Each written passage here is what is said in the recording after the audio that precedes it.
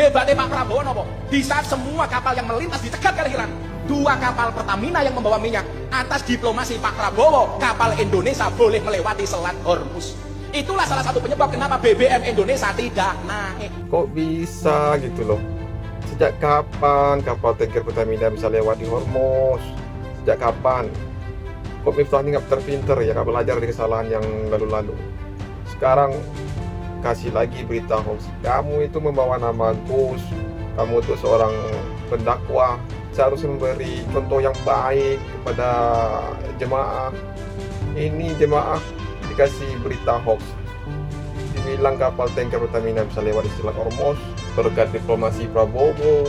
Kalau mau menjunjung Prabowo, mau cari muka sama Prabowo, nggak kayak begitu caranya, Miftah. Coba dengar dulu kata Bang Jago ini, kasih paham dulu Miftah Bang Jago. Sebenarnya dia tuh beneran nggak tahu faktanya atau tahu faktanya tapi digeser narasinya agar nama junjungannya bagus. Tapi nggak segitunya juga lah Gus, kasihan jamaah lo sumpah. Mau sampai kapan dicekokin narasi yang menyesatkan kayak gitu, mau sampai kapan? Tapi kalau lo beneran nggak tahu faktanya, sini gua kasih tahu biar info ke jamaah lo juga bener. Pertama, hari ini per detik ini bahkan saat konten ini gua buat, 2 kapal Indonesia itu belum bisa lewat Selat Hormuz. Siapapun bisa cek secara langsung, sekarang gampang. Kemarin kita diberikan waktu buat diplomasi, tapi pihak Iran belum mengizinkan kapal kita buat lewat. Tetangga kita, Malaysia, Thailand justru udah lewat beneran tuh, bukan omon-omon.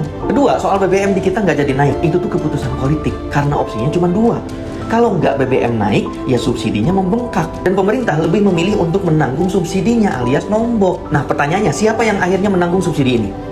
Kalau nggak utang, ya pajak. Ini tuh nggak gratisan. Bebannya balik lagi ke kita yang nanggung. Jadi nggak usah senang dulu, nggak usah puji-puji presiden dulu, nggak usah. Stop bohongi orang soal BBM tidak jadi naik itu karena pemerintah. Ini tuh bukan prestasi yang keren. Ini justru mengkhawatirkan. Negara kita itu tanpa perang Iran aja udah ngos-ngosan loh nutup biaya MBG dan biaya Kopdes Merah Putih tuh. Ditambah lagi defisit APBN meroket, utang menggila.